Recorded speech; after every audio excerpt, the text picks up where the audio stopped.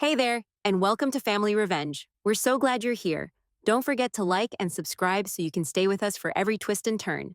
Let's jump right in. The banquet hall smelled like polished wood, expensive cologne, and overpriced hors d'oeuvres. My father's 40th anniversary at his company was the kind of event where everything was carefully curated to look effortless, just like the life he'd built. I stood off to the side, quietly nursing a glass of water, feeling more disconnected from my family than I had in years. My older brother, Jack, stood at the center of the room, laughing with a small group of people. He looked the part: tailored suit, perfect haircut, charm turned up to 10. Everyone loved Jack.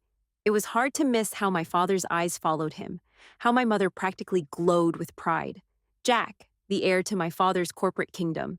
I'd always been the disappointment. So, Lena, still figuring it out? Jack's voice cut through the noise as he turned toward me, a smirk playing on his lips. Still avoiding the real world, huh? I didn't even look up from the phone in my hand. It was just easier to pretend to be busy, to hide behind the screen. I typed a quick message, but I couldn't stop hearing Jack's voice, laced with that patronizing tone that always managed to make me feel small. I had quit medical school years ago, turned my back on the path they wanted for me. Instead, I had built a tech company from the ground up, focusing on health tech. It was one of the few things I'd kept to myself. I couldn't stand the way my family would judge me for my unconventional choices. So I let them think I was still a mess, still scrambling to figure things out. Jack wasn't done. Not everyone is lucky enough to have it all figured out by our age, huh? He said, not even bothering to lower his voice. Some of us are still trying to get it right. My fingers paused over the screen of my phone, the sting of his words settling in. I wasn't sure why it still hurt. I was used to it by now, the jabs, the way he'd always try to make me feel like the failure of the family. I took a deep breath, typing a response to a potential partner, all while Jack's voice buzzed in the background. You really should give up on all that startup nonsense, he said. You'd be a lot better off with something more stable, like a real career. I muttered, tapping out another message. My phone buzzed in my hand. I glanced down, seeing an incoming call from VERIDIAN Health, a $2 billion deal, hanging in the balance. I couldn't help but smile to myself. Jack cleared his throat, stepping up to the microphone at the front of the room. I knew what was coming. He was the golden child, the one everyone expected to succeed. But for some reason, he always made sure to throw in a little dig at me, especially when he had an audience. He adjusted the mic and smiled like he was the next great motivational speaker. I want to take a moment to thank my dad, Jack began, his voice smooth, calculated. 40 years of hard work, dedication, and building something from nothing. He's a true example of what it means to never give up, to push through when the odds are stacked against you. The crowd clapped, some of them probably looking at my dad like he was some kind of god. His chest puffed out, a big grin spreading across his face. Jack's tone shifted, just slightly. And of course, we all know what he's taught us along the way. About work ethic, about sacrifice. My sister, Lena, he paused, making sure everyone knew he was talking about me. Well, she's still finding herself. A couple of nervous chuckles rippled through the room. I kept my eyes on my phone, refusing to give him the satisfaction of a reaction. I could feel my pulse quicken, but I wasn't going to let him have that moment. Jack's eyes flicked toward me, the smirk still in place, like he was savoring the moment. Some of us know where we're headed. Others, well, they're still figuring it out. His voice was pitched just high enough for people to hear the slight bite. The message was clear. I was the one still stuck in the searching for purpose phase. The one who hadn't made it. My mother shifted in her seat, awkwardly adjusting her purse, eyes darting between Jack and me. Jack, don't, she muttered under her breath. But it was too late. I forced myself to stay still, to stay calm. I'd learned to breathe through this. I couldn't even remember the last time Jack hadn't taken a jab at me at one of these things. It was just part of the routine. My phone buzzed again, another message from my investor. I swiped it away, keeping my face neutral. Jack didn't pause. He went right on. But we all have our own path. I'm just glad Dad's here, showing us how to lead, how to build something solid and reliable.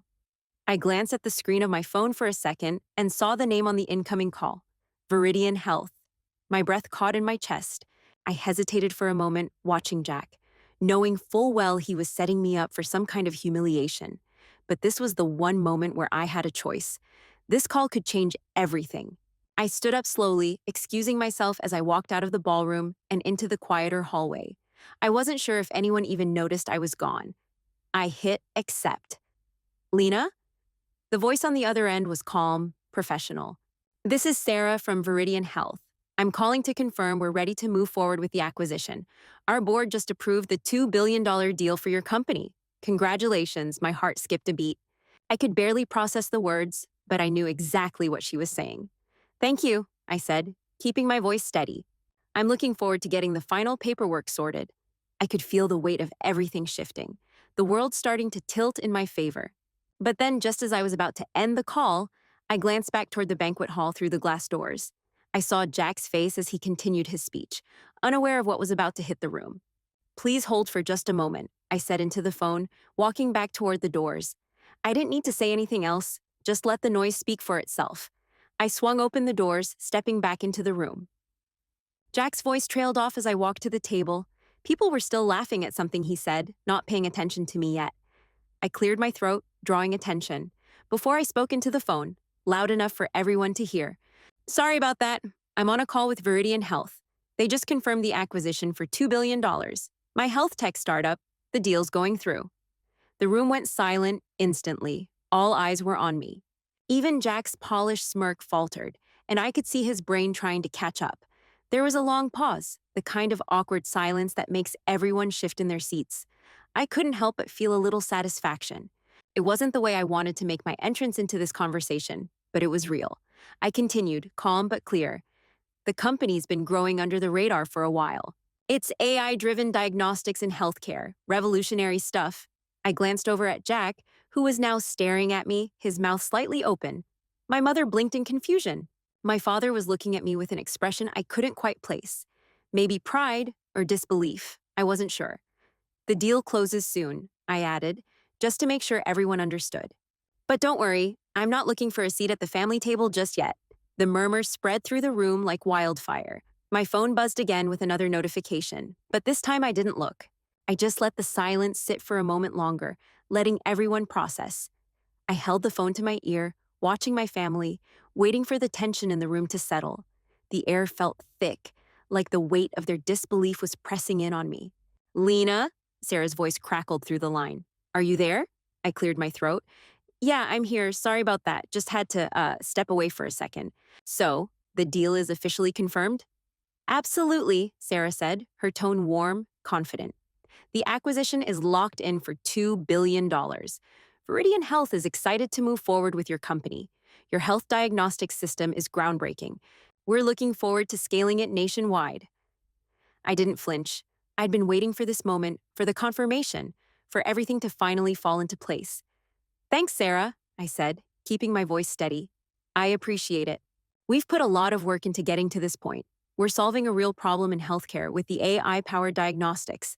This is just the beginning. I paused, letting that sink in. The moment felt surreal, but the silence in the room was the real indication that this was bigger than I'd expected.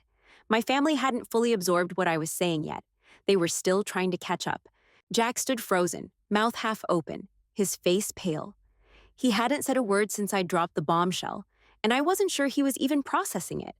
My father's eyes were wide, his hands now clutched tightly in front of him. He looked like he'd just been slapped. My mother's face was flushed with confusion, her brows furrowed like she'd just missed a punchline. I swallowed hard. I've kept the business pretty low-key, I continued, still speaking into the phone but now addressing the room. For security and personal reasons. I didn't want to draw attention to it. So yeah, you all wouldn't have heard much about it. The words were cold and final. They hung in the air like a cloud, slowly turning into something dense and heavy. My mom's eyes flickered back and forth, as if waiting for someone else to confirm what I was saying. But there was no mistake. The truth was out. I glanced around the room, trying to gauge their reactions. Jack was the first to blink. His mouth snapped shut, and his gaze fell to the table in front of him. It was clear he didn't know how to reconcile the Lena he thought he knew with the one standing here now. Dad didn't look at me at all. Instead, his eyes were fixed on the floor, his face gone a shade paler than before. It was like I'd taken a wrecking ball to the carefully constructed image they'd built of me over the years. You... My mother's voice broke through the silence, her words trailing off as if she was trying to piece it all together. You've been doing this All along? I nodded slowly. Yes, it's been a few years now. I didn't want to burden anyone, so I kept it private. But we didn't know, she said, a slight edge of panic creeping into her voice. I had no idea. No, I said quietly. I didn't want you to. I didn't want anyone to get involved. I built this on my own. The startup, the funding, everything. It had to stay under the radar. Jack's voice broke the silence, and I could hear the frustration in his tone. You were hiding this from us? All these years? I didn't look at him when I responded. It wasn't hiding, it was strategy, and it was for my own peace of mind. Peace of mind? He shot back. You're telling me this entire time you've been making billions, and you didn't think we deserved to know? He shook his head, disbelief lacing his words. How does that even make sense? It makes sense if you understand what I've been dealing with, I said, my voice calm but firm. I had to get here without anyone else's influence, especially yours. Jack's face turned red. He opened his mouth like he wanted to say something, but no words came out. It was clear he was still trying to process the magnitude of what I'd just revealed. My father, who'd barely said anything since the announcement, suddenly looked up, his eyes narrowing. You could have told us. We could have helped. I didn't want your help, I said, finally meeting his gaze. I didn't need it. I was trying to build something real, not just play by your rules. A tense silence filled the space between us. The murmurs of shock spread throughout the room, barely audible but clearly growing. The weight of the $2 billion was hanging in the air like a fog. Lena, my mother started, but she faltered, unsure of what to say next. Her hands were clasped in front of her, and she didn't meet my eyes. I had no idea. I know, I said softly, but there was no warmth behind it. I didn't want you to, and I didn't want to have to explain myself to anyone. My father's voice was quieter now, tinged with an unfamiliar edge. But this whole time, you never mentioned it. Not once? I shook my head. I didn't want the attention. I didn't need to be in the spotlight. I just wanted to build something that mattered. Jack still wasn't speaking. He was staring at his hands, and I could tell he was struggling with this new version of me. I didn't feel sorry for him. I had no reason to. The room had shifted. The silence had turned into an uncomfortable hum, the kind you can't ignore. People were looking at me differently now, curious, wary, and maybe a little intimidated, and I didn't know how I felt about that. I wasn't sure I cared anymore.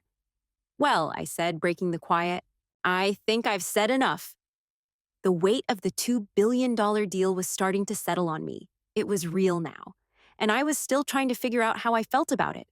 Jack finally blinked, shaking his head like he was trying to wake up from a dream. His eyes narrowed at me, still struggling to process everything. His face flushed a deep red, a mix of embarrassment and anger that I couldn't quite decipher. You? He stammered, then cleared his throat. How did you even pull this off? You were struggling not long ago, and now, this? He gestured at me, as if I were some kind of magic trick he couldn't figure out. You're telling me this whole time you've been sitting on this? $2 billion? I didn't flinch. Yes, I said. I've been building it quietly, keeping things low profile. Jack's gaze was fixed on me, sharp and demanding. How? I don't get it. How did you go from failing out of med school to this? I met his eyes, not backing down. I started small, in my apartment. I didn't have investors at first, just an idea and some code. I spent my nights and weekends writing software, figuring out the health diagnostic system. It was slow. It was messy. But I stuck with it. The words were coming out smoother now, almost mechanical. I wasn't even angry anymore. I'd gotten to this point because I'd kept my head down, because I'd had to prove something to myself. But it was clear Jack still didn't get it. But how did you get the funding? He pressed, his voice still disbelieving. If you didn't go to med school, didn't you need money to start all this? Did you have investors? Did someone help? I felt a shift in the air as I realized what he was really asking. I stood taller, pushing past the urge to stay quiet. I had played by their rules for long enough. Yeah, I had some help, I said slowly, my voice low but deliberate. You and Mom and Dad helped me out over the years. For living expenses, for rent, for bills. I didn't tell you what I was doing with it, but you knew. You kept sending money, and I used it to build this, while everyone assumed I was still figuring things out. Jack recoiled, his face contorting with something close to shock. What? You're telling me? He stopped, his breath catching in his throat. We've been paying for this? I nodded, meeting his eyes head on. Yes, you were helping me build the business, all while thinking I was failing or struggling. I could feel my mother shift in her seat, a look of guilt spreading across her face. She spoke up, her voice trembling slightly. Lena, I didn't know. I didn't know it was for that. I know, I said softly, but with no warmth. I didn't want you to. You didn't need to know. There was a long pause as Jack looked between me and our parents, still trying to make sense of what I'd just revealed. The silence was heavy now, like the air in the room was thickening with every second. Finally, Jack blinked and let out a sharp, incredulous laugh, his voice tight with a mix of disbelief and frustration. So, you've been using our money, and I'm supposed to just be okay with that? I didn't flinch. I didn't ask for it. You offered, but I did it on my own terms. I built this company without ever asking for more than you already gave me. I didn't ask you to get involved in the decisions. I didn't need your advice or your approval. I did it my way. Jack's expression twisted, and he opened his mouth to retort, but I cut him off. You've borrowed money from mom and dad multiple times, I said, my voice colder now, and you never had a problem with it. But I do it quietly, without making a spectacle, and suddenly it's a big issue? Jack froze, his face flushing an even darker red. His eyes darted to our parents, a brief look of guilt flashing across his face before he looked back at me. I couldn't stop myself. You've never really earned anything, Jack. You've always had help, always had someone else to bail you out. And now you're looking at me like I'm the one who's been doing it wrong? My mother was looking at me with wide, apologetic eyes, her lips trembling. Lena, I'm so sorry. I didn't know. I know, I repeated, a little softer this time. It's not your fault. I never wanted you to know. I didn't want to deal with the expectations, the judgment, the pressure. It's easier when no one knows what I'm doing. It's been easier to stay out of everyone's way. Jack opened his mouth again, but this time, he didn't have an immediate response. He just stared at me, his face hard, like he was trying to process everything. The room was still.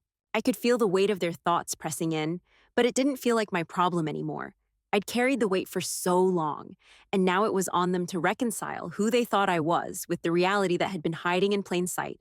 Finally, after what felt like an eternity of silence, Jack dropped his gaze to the table, his shoulders slumping slightly. He didn't apologize. He didn't admit he was wrong. But there was something in his eyes that shifted, something like grudging respect. Or maybe it was just the reality that his image of me had been shattered. But I didn't care about that anymore. I didn't care if he was angry or confused or even ashamed. The only thing that mattered now was that I had built this, and I had done it without them, without their expectations, without their interference. So, I said, breaking the silence, that's the story. If you want to keep trying to make sense of it, be my guest. But don't expect me to explain myself any further. The silence in the room was so thick, it felt like it had weight. No one moved. No one spoke. My parents sat frozen at the table, my father still staring at the floor, my mother looking like she wanted to crawl under the table. Jack was holding himself together, but I could see the frustration and confusion written all over his face. He didn't know what to make of me anymore. I looked around the room, at the people who had applauded my father's success, who had laughed at Jack's jokes, who had never given me a second thought. Now, all eyes were on me. I stood up and walked toward the microphone. It felt like a deliberate choice, not a dramatic one, just one I had to make. No one else was going to do this for me. The crowd parted slightly, like they were trying to make space for me, but I wasn't sure what I was walking into. I didn't care. I picked up the mic. First off, I want to thank my father, I began, my voice steady, for showing me what it means to work hard, to stick with something even when it feels like it's not going your way. I've learned a lot from him, but I also want to point out that I've followed a different path. The words felt oddly natural, like they had been sitting on my tongue for a long time, waiting for the right moment. I've never been the corporate type, I continued. I didn't follow the rules. I didn't take the expected path. I walked away from med school and built something entirely on my own. I paused, letting the words settle. The crowd's stunned silence was giving way to a subtle hum, people whispering to one another. Someone in the back pulled out their phone and started searching, their screen lighting up in the darkened room. I could see people checking my name, typing, waiting for the confirmation. They were all trying to catch up to me. And in case you were wondering, I said, my voice firm now, My company's acquisition is closing soon for $2 billion. Not bad for a failure, right, Jack? I could hear Jack's sharp intake of breath, but I didn't look at him. I wasn't here for him or for anyone's approval. This was my moment. The whispers around the room grew louder. People's phones were lighting up with information. The energy had shifted again, but this time it was palpable, a mix of awe, disbelief, and curiosity. I know a lot of you have seen me as someone who hasn't lived up to expectations, I went on, pacing slightly as I spoke. I know I've been the family disappointment, but what I've done, what my company has done, is revolutionize healthcare. We've transformed how diagnostics work with AI, providing more accurate, faster, and cheaper solutions. The real success isn't in the money, it's in solving a real problem. It's in changing lives. I looked out over the crowd, my gaze steady but unflinching. For years, people have assumed I was failing when all I was doing was building. You saw my struggle, but you didn't see my work. You saw what wasn't happening and ignored what was. I spent all this time under the radar because I knew the truth. I knew I wasn't failing. I was just getting started. The room was still buzzing, though now it was less about confusion and more about curiosity. People were leaning forward, phones raised, eyes wide. But I wasn't done. I'm not here to apologize for not following the path you thought I should. I'm not here to make anyone feel better about their assumptions. The truth is, I didn't want your help because I didn't need it. I didn't want your interference. I built this my way, and it's worked. I stopped pacing, my hands still gripping the microphone. I could see my father's face, pale but still composed, watching me like he was trying to figure out if he should be proud or shocked. I could feel my mother's eyes, filled with something that looked almost like regret. But let's get one thing straight, I said, locking eyes with Jack for the first time. I'm not some charity case. I never asked you for anything but space. If I'm standing here now, it's because I've worked harder than you'll ever know.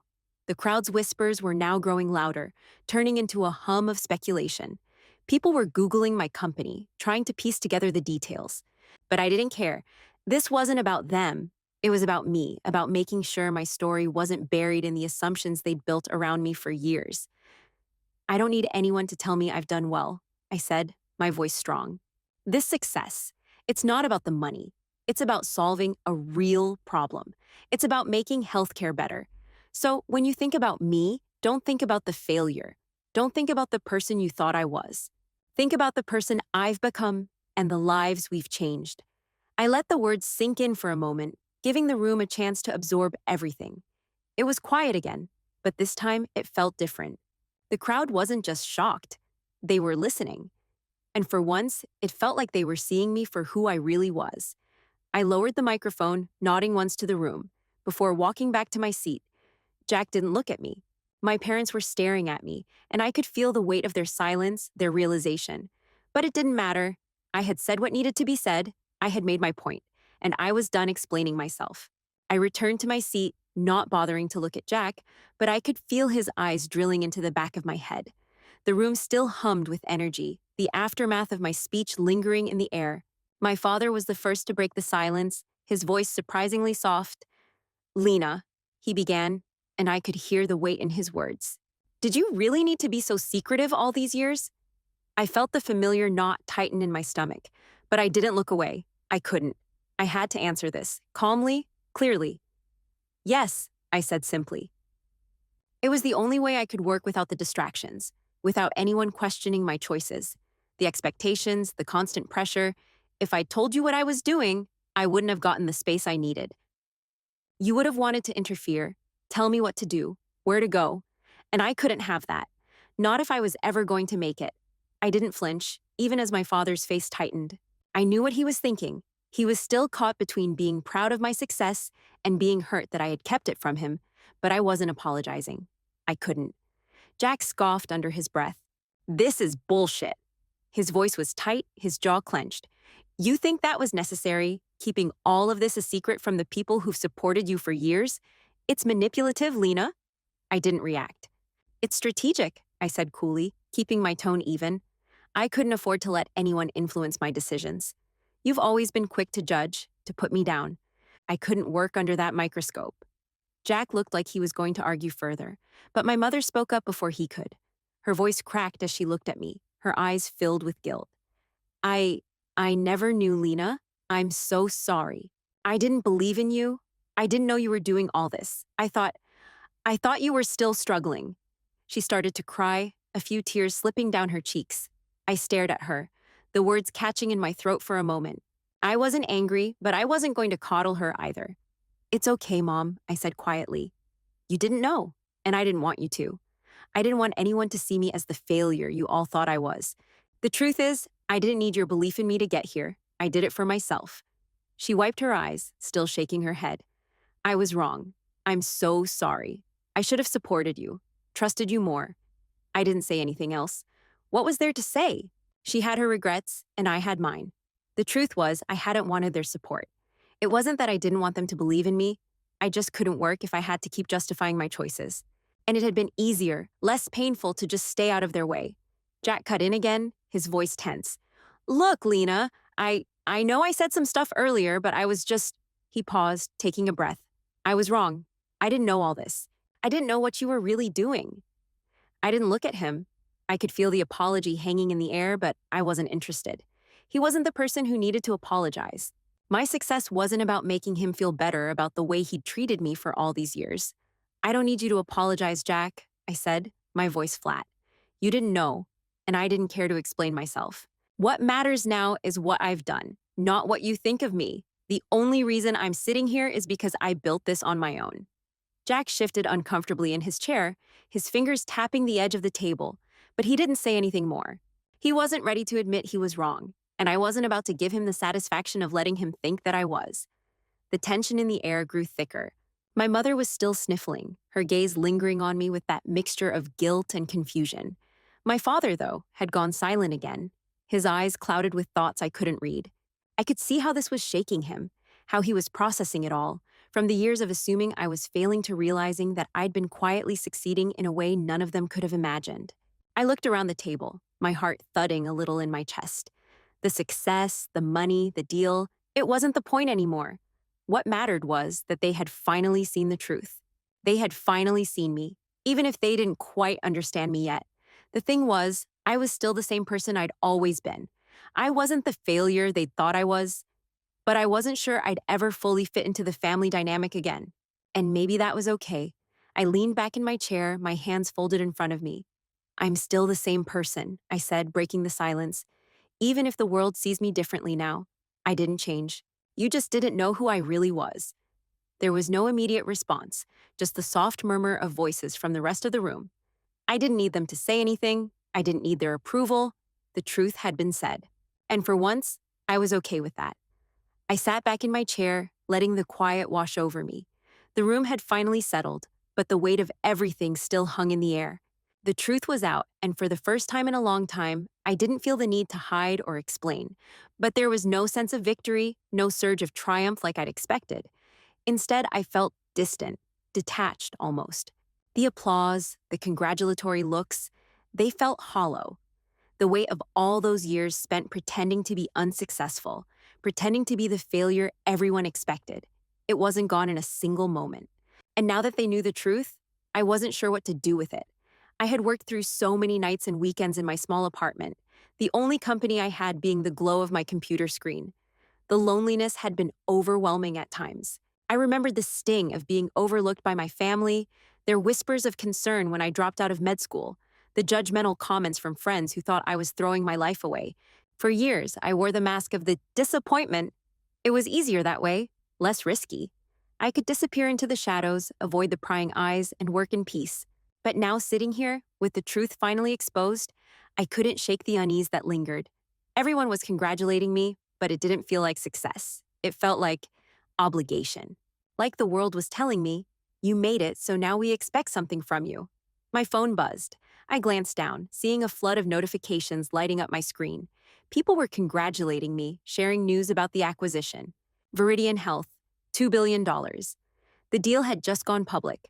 For a moment, I thought it would feel different, like this huge weight would lift off me. But all I felt was a strange emptiness. The buzz from the phone grew louder. More congratulatory messages, more people tagging me on social media. The notifications stacked up faster than I could keep up. I shoved the phone back in my bag. It wasn't the validation I thought it would be. I didn't need this constant stream of praise. I'd lived for so long in a space where I had no one's expectations weighing on me, no one to tell me what I should be doing. The silence had been a relief, the freedom of being just me, with no one watching, no one measuring. Now, with all of this success and all the eyes on me, I wondered if I could still hold on to that. I wasn't sure I could, and that scared me. Just as I was starting to let the quiet settle back around me, my phone rang again. It was Jack. I hesitated before answering, my thumb hovering over the screen. I knew what was coming. Another apology, another attempt at smoothing things over. But I wasn't sure I was ready to hear it. I swiped to answer. Hey, Lena. Jack's voice was strained, like he wasn't sure how to say the words. I just wanted to apologize for everything. I didn't I didn't understand. I didn't know what you were doing all this time, and I didn't handle it the right way. I was an asshole. I stayed quiet for a second, trying to figure out what I wanted to say. I wasn't angry anymore. I didn't feel that fire in my chest, the one that used to make me want to yell at him every time he dismissed me.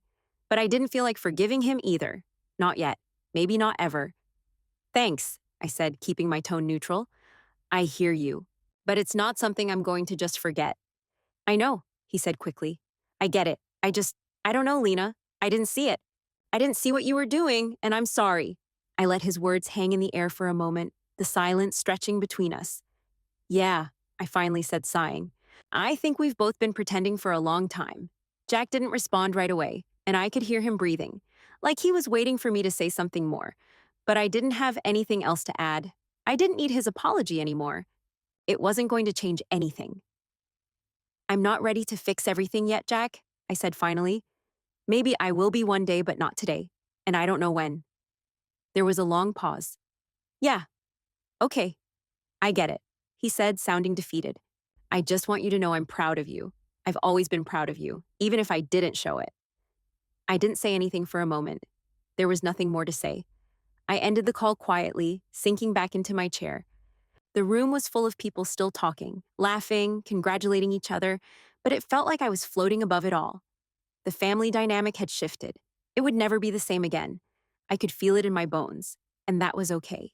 Because in the end, I was still me, the same person who had worked all those years in the shadows, the same person who had built something on her own, even when no one believed it could be done. I wasn't sure where this would go or what it all meant, but I knew I didn't need anyone else's approval anymore. I had built this, for better or worse, and I was going to keep building. The days after the announcement felt like a blur, a whirlwind of congratulations, interviews, and an overwhelming amount of attention. It was strange being thrust into the spotlight when I'd spent so long avoiding it. For the first time in years, I felt like I was being pulled in 1,000 directions, expected to know exactly what I wanted to do next. The pressure to keep moving, to make the next big leap, felt suffocating. But there was a part of me that wanted to hit pause and take a step back. I had agreed to stay on with the company as CTO for the next 2 years. It was part of the deal, but it also felt like a safe bet. After that, though, I didn't know. I couldn't decide if I wanted to keep pushing forward in the corporate world or if I was ready to move on entirely. It wasn't that I was dissatisfied with what I'd built. I was proud of the company, the impact it had made. But something about this world, with its expectations and its pressure to do something grand, didn't sit well with me. I didn't want to get caught up in the lifestyle people thought I should live now that I was successful. I didn't need a bigger house or a flashier car, or even the endless stream of validation that everyone else seemed to thrive on.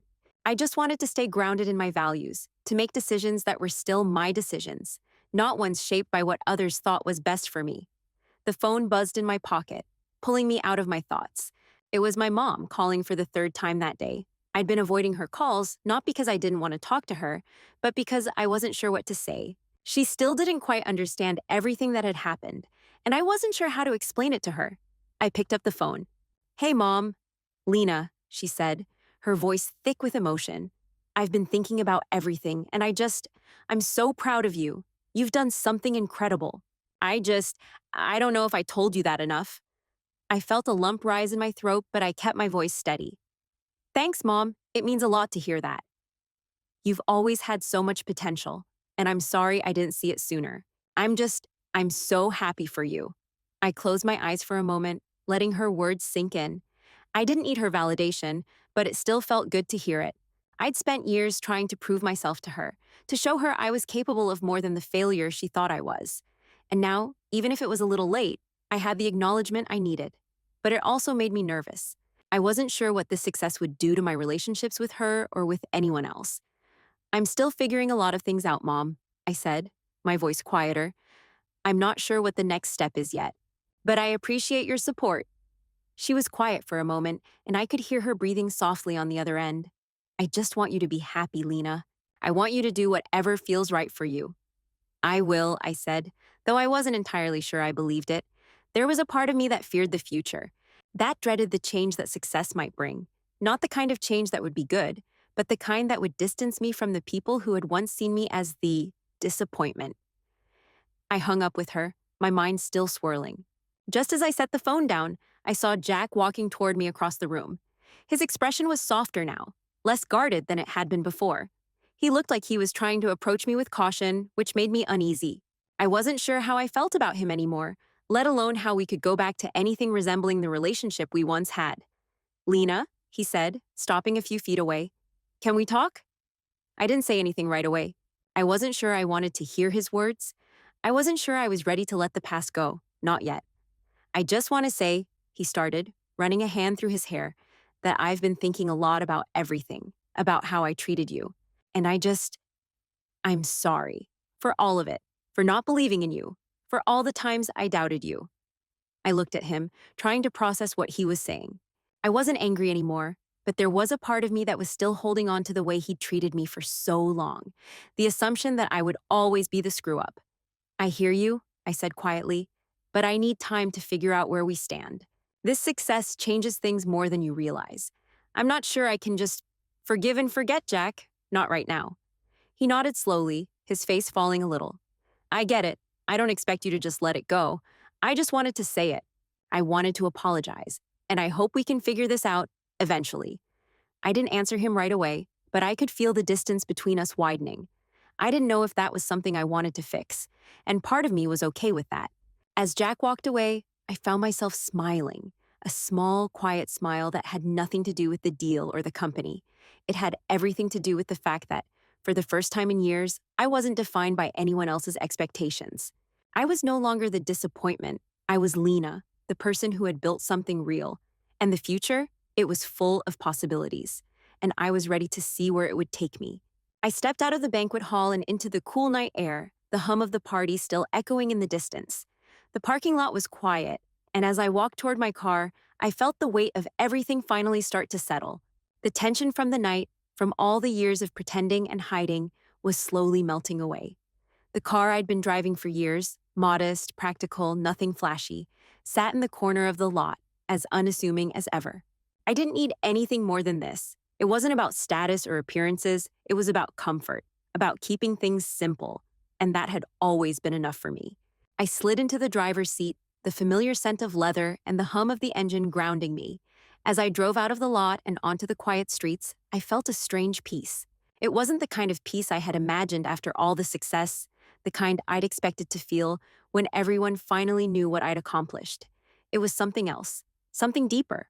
It was the peace of knowing I'd stayed true to who I was, despite everything. The world could change around me, and I could keep moving forward, but nothing had changed at my core. I was still the same person who had spent those long nights alone, building something that no one could see, that no one could understand. And that person was enough. I thought about my father's lesson, the one he'd taught me without even realizing it. Success came from hard work, from dedication, from pushing through when things were tough. But the real lesson, the one that had taken me years to figure out, was trusting my own journey. Trusting that I knew what I was doing, even when no one else did. I'd spent so many years wondering if I was doing the right thing, if I was on the right path. But tonight, after everything that had been said and done, I knew for sure I was on my path. I didn't need anyone else to validate it, to tell me I'd made it. I had already made it in my own way. The city was quiet as I drove through the streets, the lights flickering through the trees, casting shadows on the pavement.